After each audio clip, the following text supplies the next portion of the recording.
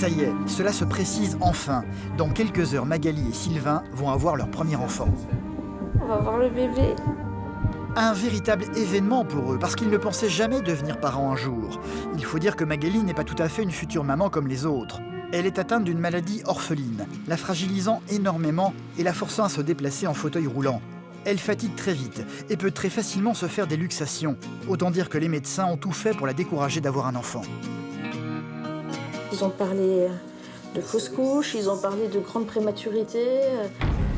Au quotidien, Sylvain doit assurer toutes les tâches ménagères. C'est un peu la course, bon, après on s'habitue. Dans la vie, les sous-mariniers, il doit parfois partir pour de longues missions en mer. Magali sera-t-elle capable de s'occuper seule de leur futur bébé malgré son handicap? De toute façon, ça va vraiment dépendre du bébé. T'as des bébés qui sont super faciles. Et comment va se passer l'accouchement? Le corps très fragilisé de Magali supportera-t-il la naissance de leur enfant? Il faut que j'ai des gens qui se conduisent normalement, qu'il n'y ait pas de panique. Quoi qu'il en soit, le jour J est arrivé, le bébé va enfin venir au monde. Allez, fort. Avec mon handicap, j'ai décidé de faire un enfant. Je ne sais pas comment va se passer l'accouchement, je ne sais pas comment va se passer le retour à domicile, mais je vais tout faire pour que ça se passe bien. Et là, son handicap, c'est sûr, mais elle va pas, c'est pas un poids pour elle en fait. Elle fait avec. Si elle a envie de faire quelque chose, elle le fera différemment que quelqu'un qui n'a pas de handicap, mais elle le fera. Comme toutes les mamans, elle va s'occuper de son bébé, mais simplement elle va devoir trouver des techniques différentes pour pouvoir s'en occuper. On a des appréhensions, il n'y a jamais de risque zéro, mais voilà.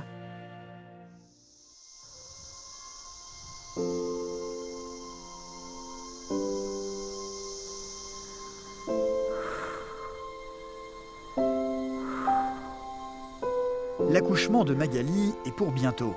Une fois de plus, une série de contractions viennent de se déclencher, difficiles à supporter. Ah, c'est trop gentil, ça c'est cool. Nous sommes le week-end, heureusement son mari Sylvain est là, toujours aux petits soins pour sa femme. Merci. Magali est presque à son 9e mois de grossesse et le bébé dans son ventre semble en pleine forme. Tu le sens là? Ah bah oui, je le sens. Il tape là ou pas? Non, il remonte dans les côtes, ça fait juste super mal. Je l'ai appelé. Oui, tu l'as appelé. Mais tu sais, c'est plus un si petit bébé maintenant. Il n'y a plus tellement de la place. Hein. Pas mal? Ouais. Un gros bébé, je suis sûre que ça sera un gros bébé avec plein de bourrelets de partout. Magali n'est pas tout à fait une femme enceinte comme les autres. Elle n'était pas censée pouvoir avoir un enfant. À 31 ans, elle est atteinte d'une maladie orpheline, le syndrome d'Ehlers-Danlos, qui provoque une hyperélasticité de la peau, de grandes fatigues, mais aussi qui fragilise grandement le corps de Magali. Le moindre effort musculaire peut rapidement se transformer en luxation pour elle. Durant la journée, elle évite de marcher le plus possible et ne se déplace qu'en fauteuil roulant. J'aurais jamais pensé faire un bébé. Pour moi, c'était déjà assez audacieux de concevoir, de poursuivre une vie normale, c'est-à-dire avoir un mari, avoir un emploi. Et puis j'ai trouvé l'homme, parce que j'aurais jamais projeté de faire un enfant. C'était pas tellement l'horloge biologique qui m'y a poussé.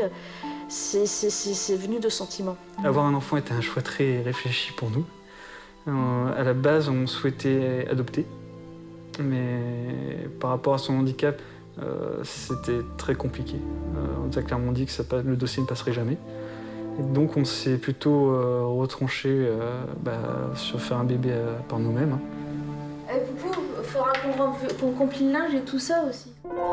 Cela fait 5 ans que Magali et Sylvain sont mariés. Dans la vie, il est militaire. Sylvain est atomicien à bord d'un sous-marin de guerre. Il n'est pas en mission en ce moment. Le week-end, il se transforme donc en homme à tout faire à la maison. Magali ne peut pas faire grand-chose par elle-même. Il a donc une charge de travail énorme sur le dos.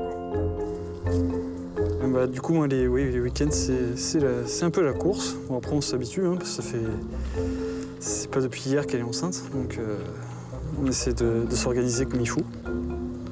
Et c'est vrai que je dois faire tout ce qui est toute l'intendance, forcément, de toute la semaine. Et en plus de ça, il faut aussi que je m'occupe de ma femme, parce qu'elle ne me voit pas souvent la semaine non plus. Tous les jours de la semaine, y compris le week-end, une infirmière passe pour aider Magali à faire sa toilette.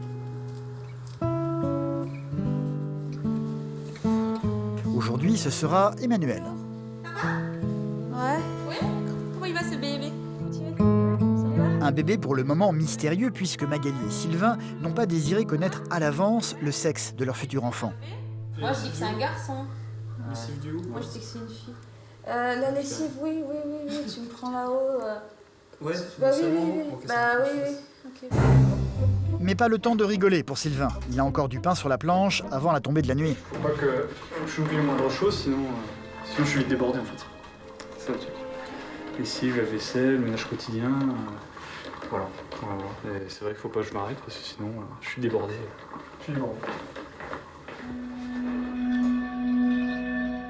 L'accouchement est pour très bientôt. L'état particulier de Magali l'oblige à accoucher dans une maternité extrêmement médicalisée de niveau 3. La plus proche de chez eux se trouve à 2 heures de route, à Marseille, ce qui n'est pas fait pour la rassurer.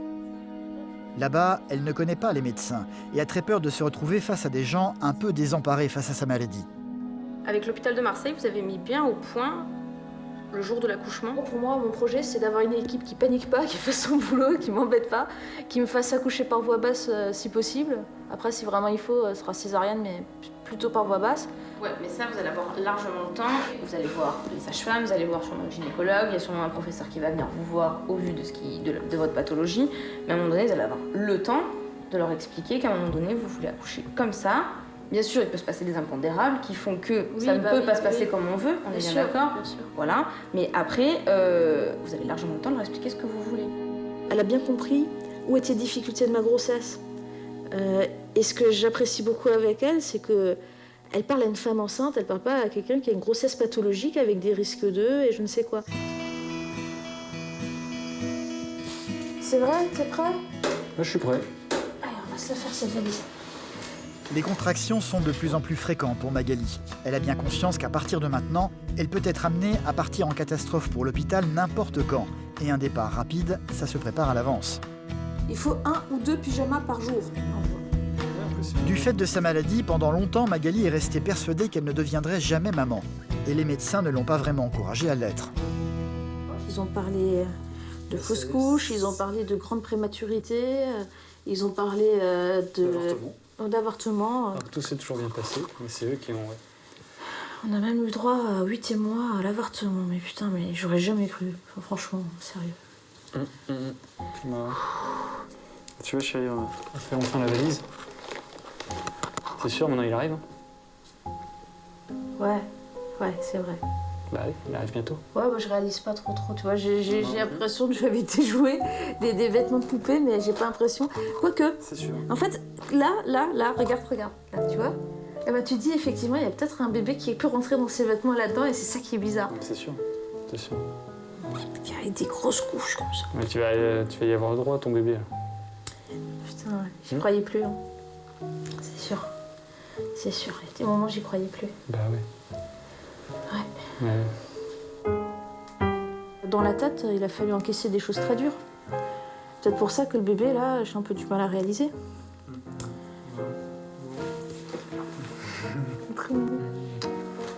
Oui. T'as vu? Trop chaud. Mais les choses ne sont pas simples malgré tout pour Magali. Si elle circule en fauteuil roulant toute la journée, c'est parce qu'elle a peur des luxations. Ses jambes fatiguent extrêmement vite.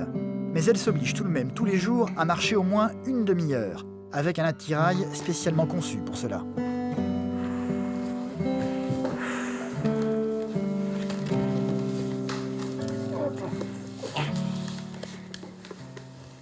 Ton genou, c'est plus facile. C'est bon? On peut serrer. Ouais. Encore ça. Ouais, mais en ce moment, j'ai des pieds d'éléphant. Eh oh ouais, ça va. C'est bon, tu restes? Ah ouais, ça fait du bien. Et où ta canne?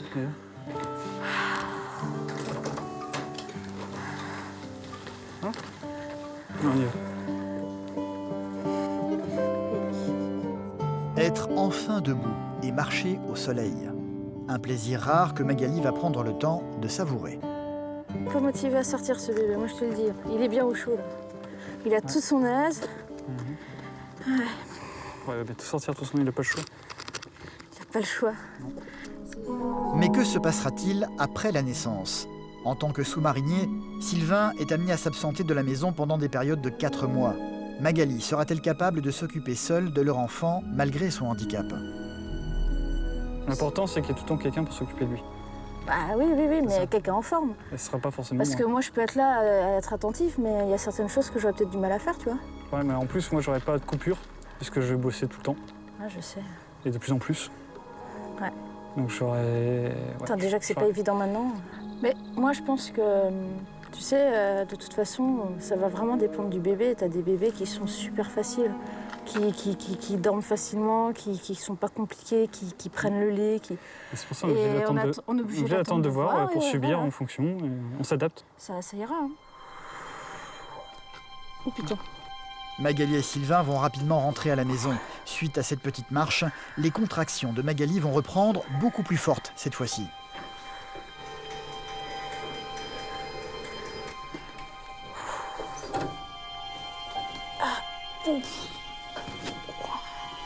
Pour eux, c'est sûr, le bébé est en train d'arriver. Sylvain va donc se dépêcher de préparer la voiture pour partir le plus vite possible. Le sac de bébé.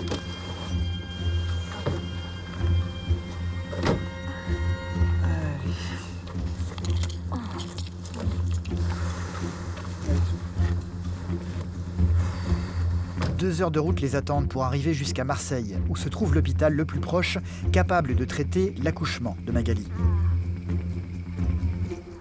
C'est à la nuit tombée qu'ils vont enfin arriver. Urgence, maternité. On va au premier étage. La voiture, ça m'a secoué là. Ils vont être très rapidement pris en main par le personnel soignant. Vous allez mettre, monsieur, la blouse.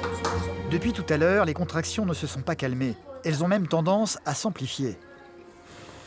Qu'est-ce que ça donne? Elle a encore plus mal. Plus, moins? Plus. Ah, plus. Et plus dans les bas. Et plus dans le bas? Ouais. Dans le bas du ventre? Ouais. La sage-femme va immédiatement écouter le cœur du bébé pour voir si tout se présente bien. Donc le col s'est un petit peu modifié, hein. On est passé d'un doigt à 2 doigts, donc je vais vous garder pour ce soir. Hein. On va rester là pour cette nuit, je vais vous mettre une perfusion pour voir si les choses évoluent un peu plus. Ah, d'accord. Pour le moment, il n'y a donc aucune raison de s'inquiéter. On va voir le bébé. Bah oui, C'est cool. le 24. Je suis pressée de voir sa bruit. Je suis plus pressée de voir sa bruit que de savoir si c'est un garçon ou une fille. Ouais, pareil. Vas-y, serre. Les heures vont passer interminables. Et le bébé ne semble toujours pas vouloir venir. Pourtant, les contractions sont bien là. Au petit matin, Magali en est toujours au même point. Elle souffre, mais rien d'autre ne se passe, ce qui commence sérieusement à les inquiéter. Oh, t'as mal. Ouais, t'as une belle contraction.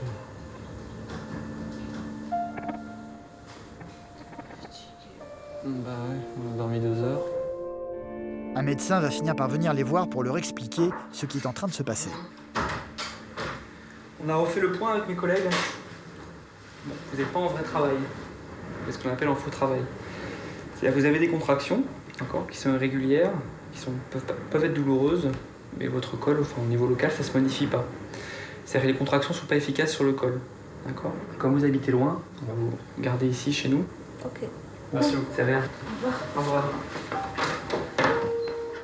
Bah, je me demande quand même un peu combien de temps on va me garder, puis je vois que Sylvain lui tire un peu la tête. Et c'est vrai que autant moi, rester à l'hôpital, c'était une situation qui me soulageait, autant pour Sylvain, ça signifie beaucoup de trajets en voiture, beaucoup de fatigue. Mais il n'y a pas le choix, pour plus de sécurité, les médecins préfèrent garder Magali sous surveillance, sur place. Sylvain va donc devoir l'abandonner ici, du moins pour aujourd'hui. Je vais y aller? Si. Non. Non, bah si, t'as pas le choix. Non. Et puis je t'appelle quand j'arrive. Enfin, quand je suis arrivé, pardon. Non. C'est pas... Oh, tu te reposes, Lui aussi, au revoir. Allez. À demain. Une longue période va commencer pour Magali. Parce que contrairement à ce qu'il pensait, le bébé n'a effectivement pas du tout l'intention de venir au monde maintenant. Ces journées, elle va donc les passer seule dans cet hôpital. attendant avec impatience que Sylvain vienne la rejoindre le soir. Mes journées, tant que Sylvain n'est pas là, je m'embête, quoi. Il ne se passe rien. Et quand Sylvain est là, il est peut-être très fatigué, mais j'attends de lui qu'il me divertisse quelque part. Et puis il a trouvé l'idée du caméscope. Donc voilà, j'attends vraiment Sylvain pour avoir mon petit bol d'air et me marrer un peu, quoi. C'est parti, monsieur. Le caméscope. À chacune de ses visites, Sylvain va emmener avec lui une petite caméra pour tenir une sorte de journal de bord, racontant l'histoire de deux parents qui n'en peuvent plus d'attendre l'arrivée de leur enfant. On se balade toujours comme ça, nous. Moi, je me mets en fauteuil, ça je peux siroter ma boisson. Et puis toi, tu me promènes. Coucou. Tu m'aides avec nos appareillages, on va marcher. Mieux un peu plus. Sylvain va filmer de jour comme de nuit. Femme de fer. Mais je me sens vraiment énorme, mais quand je regarde du haut comme ça paraît pas si énorme, c'est quand je me vois dans le miroir. Maintenant, il faudrait juste qu'il veuille bien sortir. Moi, je suis contente que tu dors avec moi. Une nuit sur deux, Sylvain va se faire un devoir de dormir aux côtés de sa femme.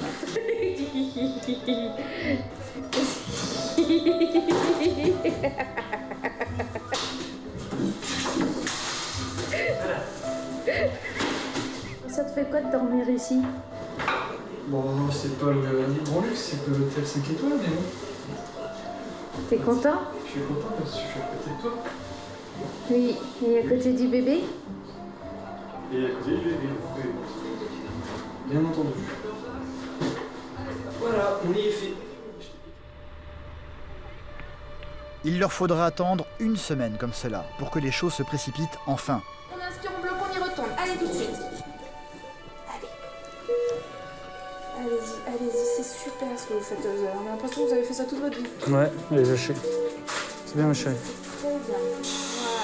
Voilà. Respire. On inspire, on y retourne. Fort.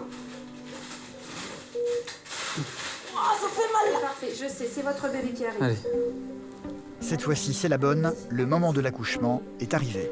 C'est génial ce que vous faites, Magali, c'est génial. C'est parfait ce que vous faites. Pour l'hôpital, elle n'est pas une patiente comme les autres. Sa pathologie est rare. 2 sages-femmes seront présentes pour la naissance de leur enfant. Même si Magali se déplace en fauteuil roulant, elle est parfaitement capable de mettre son bébé au monde sans césarienne. Mais elle sait que sa maladie provoque une hyperélasticité de sa peau. Elle a très peur que son corps ne supporte pas l'épreuve de l'accouchement. On prend une pause. Ça fait mal, ça va se déchirer. Votre bébé, il est quasiment sorti. Presque sorti? Combien? Presque sorti. Il faut encore, en fait, reprenez de l'air. Respire bien. Une grande inspiration et on y retourne ensemble. Fort, allez-y. Allez, fort. Allez-y, Magali, tenez bon, Allez, c'est très bien. Très bien. Allez, ne lâchez pas. Allez-y, on réinspire, on bloque, on y retourne. Fort.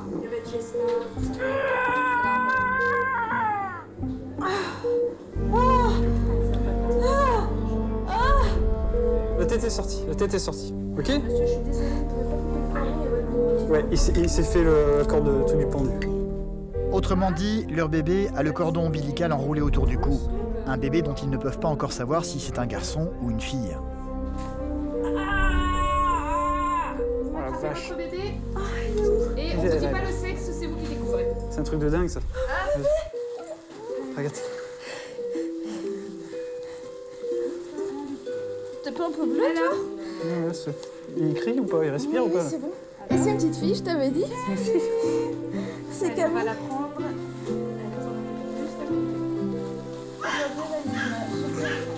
Une petite fille de 2,9 kg que ses parents prénommeront Camille. C'est fini? Ah, mon bébé, il pleure. Sylvain ne va pas oser s'approcher tout de suite de sa fille, très impressionné par elle.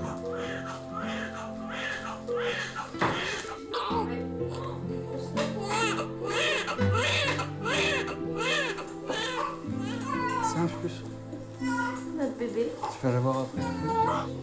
Il n'y a encore pas si longtemps que ça, il pensait qu'il ne deviendrait jamais parent. Oh, c'est extraordinaire. C'est indescriptible. C'est vraiment... Elle est magnifique. Je peux vraiment pas décrire, quoi. C'est incroyable, c'est vraiment incroyable. Ça va bien, ça va bien.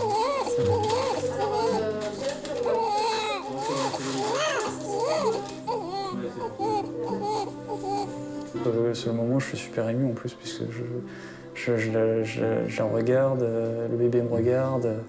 Donc il y a un échange qui est créé, et puis c'est plein d'émotions, quoi. C'est vraiment plein d'émotions. Ouais, mais c'est extraordinaire, j'ai adoré, j'ai vraiment adoré. Moi, le problème, c'est que je l'ai très peu vue, qu'on me l'a un peu arrachée. Mais à côté de ça, je vois qu'elle gigote. D'ailleurs, je vois qu'une seule chose, c'est que ses orteils sont hyper mobiles. Elle fait plein de trucs bizarres avec ses orteils, ça bouge dans tous les sens. Pour moi, elle va bien. Je vais faire quoi? Je voudrais juste passer une petite sonde dans la bouche pour enlever un petit peu le liquide qu'il y a dans l'estomac. Ça marche, allez-y. Mais très vite, le personnel soignant va montrer des signes d'inquiétude concernant la santé de la petite Camille. Sa respiration semble difficile. Elle a quelques petites difficultés sur le plan respiratoire. Ok. Donc je vais être obligée de l'aider un tout petit peu. Mettre un masque? De son côté, Magali est en train de subir le contre-coup de l'accouchement et s'est mise à grelotter violemment. Je vais être obligée de l'emmener dans une autre salle, juste pour l'aider en fait à respirer un tout petit peu. Combien de temps? Entre sa femme épuisée et sa petite fille qui a du mal à respirer, Sylvain ne sait plus où donner de la tête. Maintenant, je sais pas, mais en tout cas, là, il a besoin qu'on l'aide un petit peu. C'est ce qu'on appelle une petite détresse respiratoire transitoire. L'infirmière est rassurante, mais elle va tout de même quitter immédiatement la salle avec le bébé dans ses bras. Elle est partie où du coup? Sylvain va aussitôt se lancer à sa poursuite pour savoir ce qu'il se passe vraiment. Ah mince. Je suis aveugle ou...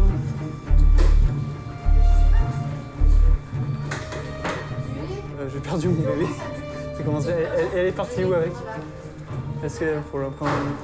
Ah d'accord. Ça césarienne, d'accord, oui, c'est pas explicite. Attendez, je vais trouver un. Est-ce que je peux faire rentrer le papa? Patientez un tout petit peu. Ok, merci. Pour le moment, Sylvain n'est pas autorisé à entrer. Il va donc se retrouver à attendre. Puis là, je l'attends. Je vais mettre un peu d'oxygène et puis ça va le faire. Ça va le faire. Mais cela semble prendre beaucoup de temps. Une infirmière va lui demander de retourner dans la chambre, auprès de Magali. Ils vont venir vous chercher. En ce moment, ils s'occupent d'elle, d'accord? D'accord, non, parce qu'elle m'a dit que je pouvais la suivre et... Ouais, mais pour le moment, non, elles sont occupées. Okay. Bon, je fais le tour, je retourne voir ma femme. Oui, voilà, revenez le dire. Ça marche.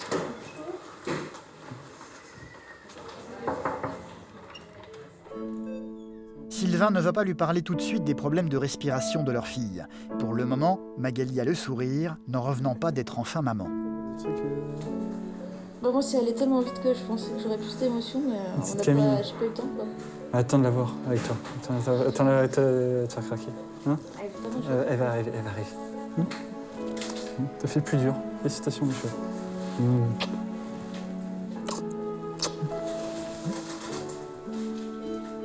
Tu vas avoir un bébé, tu vas... Mais les heures vont passer sans avoir de nouvelles de leur bébé. Je commençais à vraiment m'inquiéter. À me dire, mais il y a un problème là. Ils me rendent pas ma fille. Je veux ma fille. Les problèmes respiratoires de Camille étaient beaucoup plus sérieux que prévu. Heureusement, plus de peur que de mal, 3 heures plus tard, c'est un bébé en pleine forme que l'équipe médicale va ramener dans la chambre. Oui. Et voilà, je vous amène Camille. Magali va instantanément oublier ses angoisses à la vue de sa fille manifestement en bonne santé.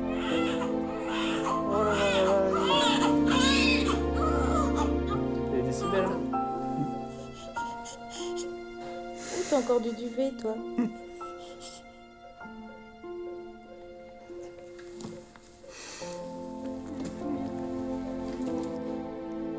C'est bon, ça va? Ouais. C'est bien, mon bébé. T'as de bonnes joues quand même, hein? Elle s'endort en tétant? Et petit bébé qui fait du dos. Magali sait que sa fille a hélas une chance sur 2 d'avoir elle aussi la même maladie orpheline que sa maman. Heureusement pour le moment, ça ne semble pas être le cas. Normalement, dans 3-4 jours, on est à la maison. Oui. Ok. Avec bébé. Tous les 3, la chambre est prête. 3 semaines se sont écoulées. Tout le monde est effectivement rentré à la maison et pour le moment, ça se passe plutôt bien pour Magali, malgré son handicap. Oui, c'est trop bon ça.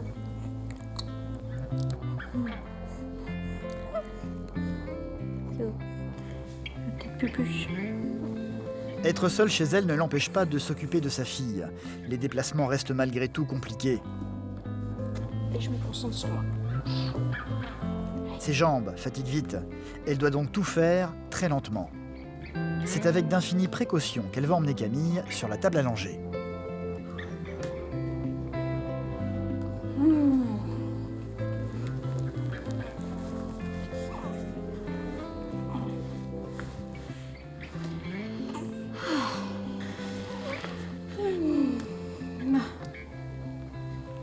Je prends mon temps, parce que c'est fatigant tout ça pour moi aussi. Hein? Et tu fais des petits sourires, ça va m'encourager. Toute pépus. Elle changera sa fille dans cette position, appuyée sur le meuble, pour soulager au maximum ses jambes.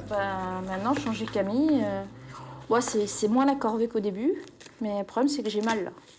Donc forcément, c'est du plaisir, on participe, on partage, mais c'est un plaisir gâché par des douleurs et on s'arrange. À cause de sa pathologie, Magali fatigue très vite. Elle peut également très facilement se faire des luxations. Et son bébé, âgé d'à peine quelques semaines, pèse déjà lourd dans ses bras. Je trouve qu'elle a beaucoup de force. Alors je sais pas si c'est moi qui suis affaiblie ou... Mais je sens, il y a des moments quand elle me chope un doigt, elle pourrait me luxer, mais sans problème. Sans problème. Bon, tant mieux pour elle, elle est tonique, mais bon... C'est pas évident à gérer pour moi. Et oui, pas évident du tout. Du tout. Ah cool, tu vas pouvoir me la prendre. Ouais. C'est bien passé? Ouais, j'ai décrotté le nez, les yeux. Tu veux que je te la prenne? Ouais. Tu vas sur le canapé? Ouais. Vas-y d'abord. Sylvain le papa est sous-marinier. Il doit reprendre la mer dans 3 mois. Il a donc bien l'intention de profiter au maximum de sa fille avant de repartir. Elle est mignonne, hein? C'est normal, te ressemble. Magali a eu du mal à se remettre de l'accouchement. Elle a dû rester alitée pendant des jours interminables. Pour la première fois aujourd'hui, elle va s'autoriser à se promener dehors avec leur fille. Parce qu'en fait, elle a mis les mains dans la poche. Ah, ça va, tu t'es brûlé? Ouais. Voilà.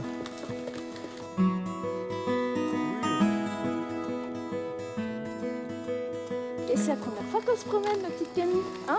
On fait une petite promenade dans le quartier et tout. Mais l'inquiétude de Sylvain, c'est de savoir comment sa femme va parvenir à se débrouiller pendant son absence. Est-ce qu'elle sera capable de s'occuper seule de Camille? Mais t'as vu comment je récupère les abdos, tout ça? Je suis sûre qu'avec la rééducation, ça ira vite. Là, j'ai même pas commencé. Mais non, Et je marche. On pensait même pas que je marcherais. C'est sûr, tu vas bien récupérer. C'est sûr. Voilà. Oh, tu t'en récupères bien. Bah oui. Il est angoissé, il a l'impression qu'il est déjà en train de partir, alors qu'il part dans plusieurs mois. Mais c'est parce qu'il est déjà parti, là. Il est déjà à bord du bateau avec lequel il va partir. Il est déjà tout le temps là-bas, quoi. Quand tu la vois, bah, tu vois qu'on peut avoir confiance, hein. Ça va se faire, hein. Déjà, t'as vu la grossesse que j'ai passée? Ben, sérieusement. C'est sûr que... T'aurais pensé à ça? J'avais pensé à ça d'eux. Bah, qu'on aura un bébé aussi cool, détendu, relax. Moi, j'étais convaincue qu'avec tout ce qu'on m'a stressé, ça sera un bébé stressé et rien à voir.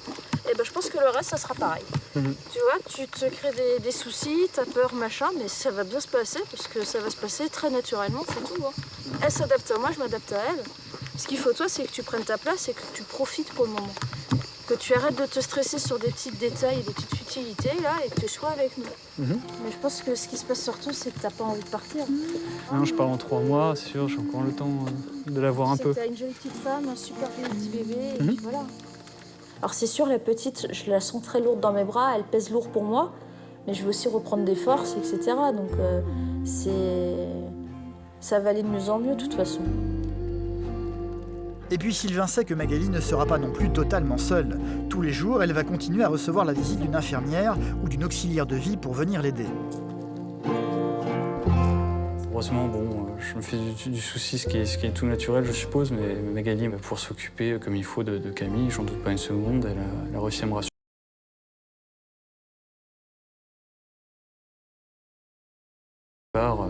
Pour en être convaincu vraiment, parce que je suis une nature un peu être stressée, mais j'ai confiance, j'ai confiance.